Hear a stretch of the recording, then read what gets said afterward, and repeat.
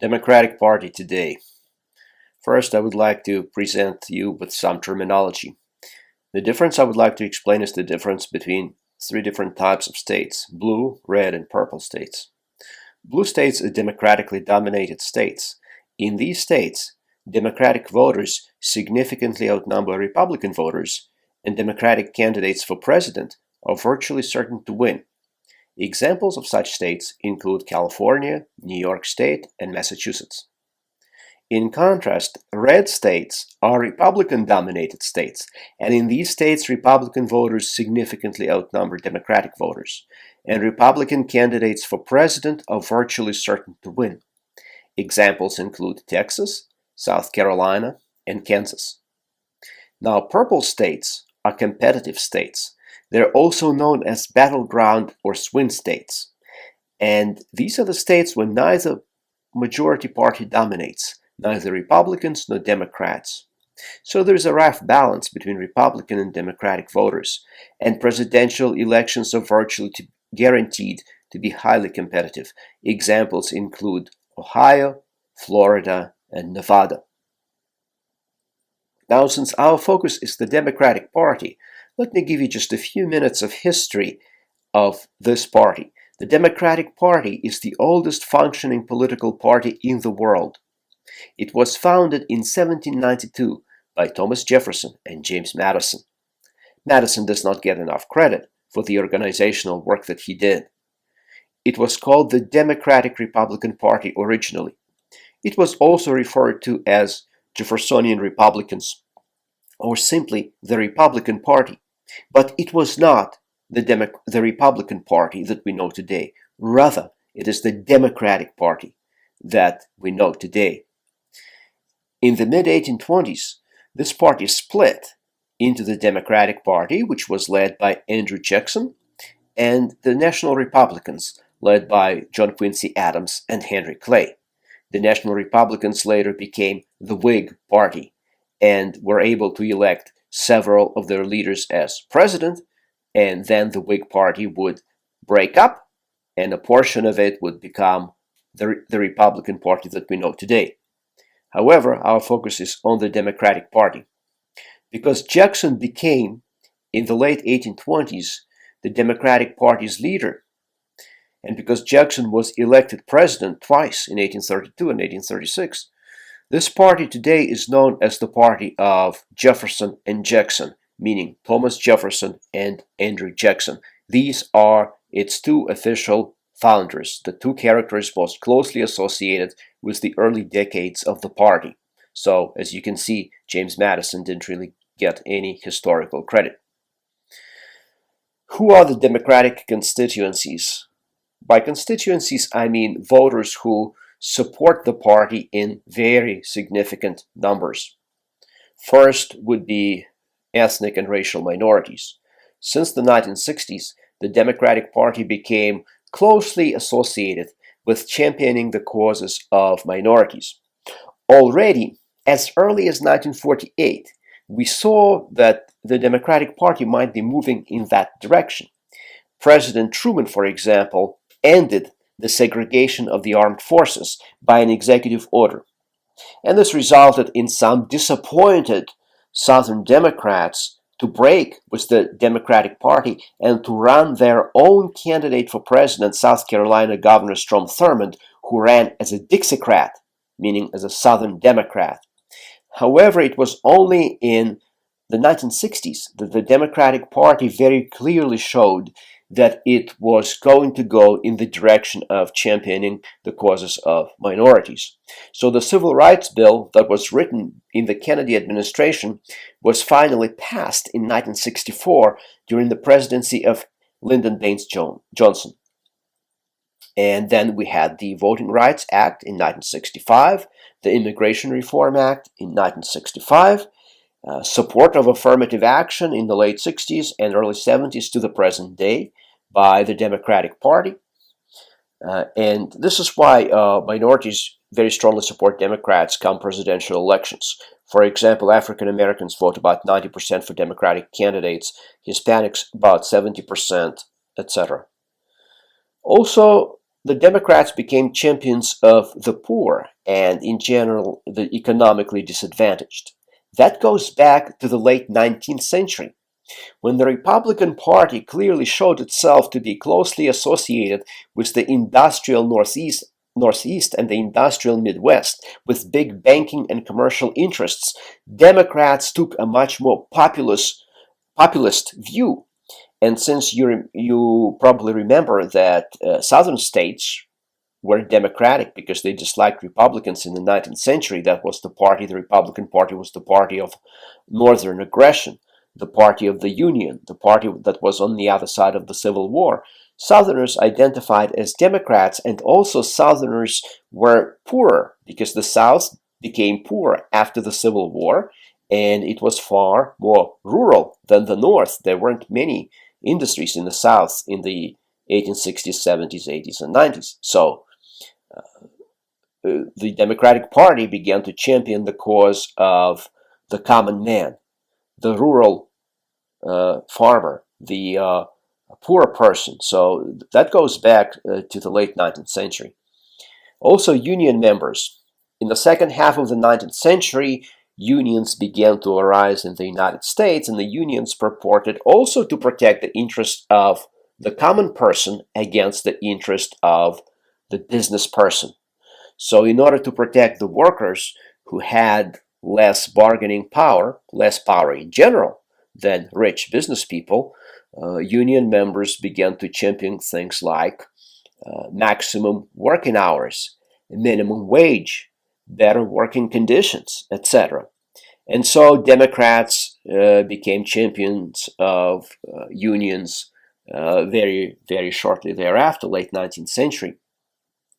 Now, full-time government workers became important in the 20th century when government really grew. As a result of numerous wars and depressions, governments at all levels, local, state, and national, significantly expanded. And Democrats began to champion full-time government workers because they saw government, Democrats saw government as helping out the poor, the common person, against the business class, against the privileged and the rich.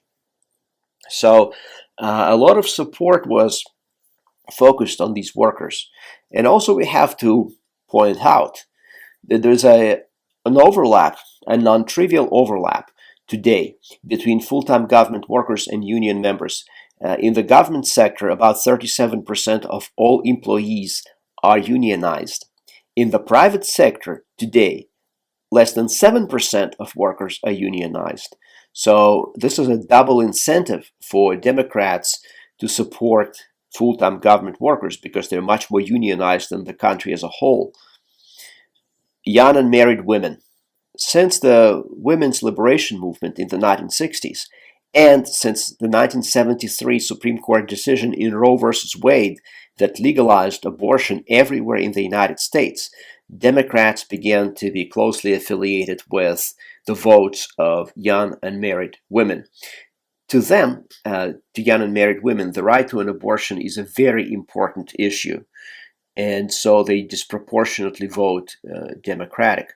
Once you become older as a woman, older, that is to say middle-aged and old married women, vote more Republican than Democrat, but young unmarried women vote Democratic in very large numbers. Also, immigrants from poor countries have been a natural Democratic constituency. Democrats have championed them a lot. So this meant immigrants from all Latin American countries pretty much except Cuba. Cubans have not been viewed favorably by the Democrats and vice versa. Democrats like to champion immigrants who needed government help, who relied on a lot of government help, and accepted the idea of very large governmental intervention in politics and the economy, in regulating the economy. Cubans were different because they were fleeing a communist country. And in a communist country, be that the communist regime of Fidel Castro, from which the Cubans were fleeing, or any communist regime as it exists, say, in North Korea today, government controls all of the economy, not some, It controls all of the economy, and it controls it totally. And so Cuban immigrants had a natural dislike of this type of government, and they saw the Democratic Party as being closer to the communist arrangement that they experienced in Cuba. So they were reluctant to support it, and that's why Cuban Americans, up until recently, voted overwhelmingly for Republican candidates. I realize there has been a change. Cubans who were born in the United States, Cuban Americans, and Cubans in general, since the late 1990s, became more even in their orientation between Republicans and Democrats. So there's been some change in the Cuban American community, but in the past, certainly before the late 1990s, they voted overwhelmingly for Republicans. So immigrants from poorer countries who needed a lot of government help and who came from countries where government interfered with the economy a lot, they found natural affinity with the Democratic Party. Now, Democrats say that they will control the future because of demographic changes. The number of minorities is increasing rapidly compared to the number of non-minorities. Now, this may be changing, and they may not be aware fully of that change because fertility rates have dropped precipitously, including in the countries that had supplied the most immigrants up until very recently. If you look at what's been happening in Mexico, in 1960, on average, a woman had 6 children in Mexico. Now, today, in 2016, it's 2.2 children. That is to say, that's just above the replacement rate. The replacement rate is approximately 2.1. This is what you need in order to keep the population steady, keep it from declining. So the population in Mexico still continues to grow, but it is now growing very slowly. And we see that the population has either stopped growing or is declining virtually everywhere in the world. There are a few isolated regions of the world where this is not true. I can give you examples. In the sub-Saharan Africa, the population is still growing very fast. In some countries of the Middle East, the population is still growing fast. For example, in Iraq, the fertility rate is very high. When the United States invaded in 2003, the population of Iraq was 27 million. In 2017, the population is about 35 million. So there's been a significant increase despite war and devastation and terrorism. Afghanistan is another example. In Afghanistan, the birth rate is very high. Sticking with the Indian subcontinent now, Bangladesh is a country whose population is growing very fast. Pakistan is a country whose population is growing fast.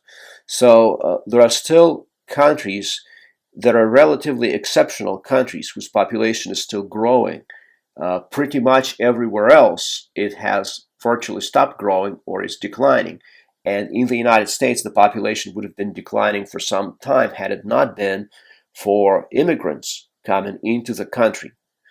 And there is no exact number, but the estimates is somewhere between 1.5 and 1.7 million immigrants a year. That's total, legal and illegal. And of course, legal immigrants outnumber illegal, but total is about 1.5, 1.7 million on average in recent decades. And that's what's been keeping the country demographically afloat. And even as I speak, the population of the United States continues to grow, but seemingly it's not growing as rapidly as it was growing in the 80s, 90s, and early 2000s. So are Democrats correct in that they will dominate the future? Nobody knows. Predictions cannot be made. And we also have to remember that the two-party system has shown a significant ability to adjust. So as one party is successful in one particular vein, for example, in appealing to minorities, another party may decide we have to be competitive and also pursue that same vein and make a better appeal to minorities. So everything is wide open. We just don't know what the future of the balance of power between Republicans and Democrats will be. So stay tuned and it's going to get interesting in the coming years.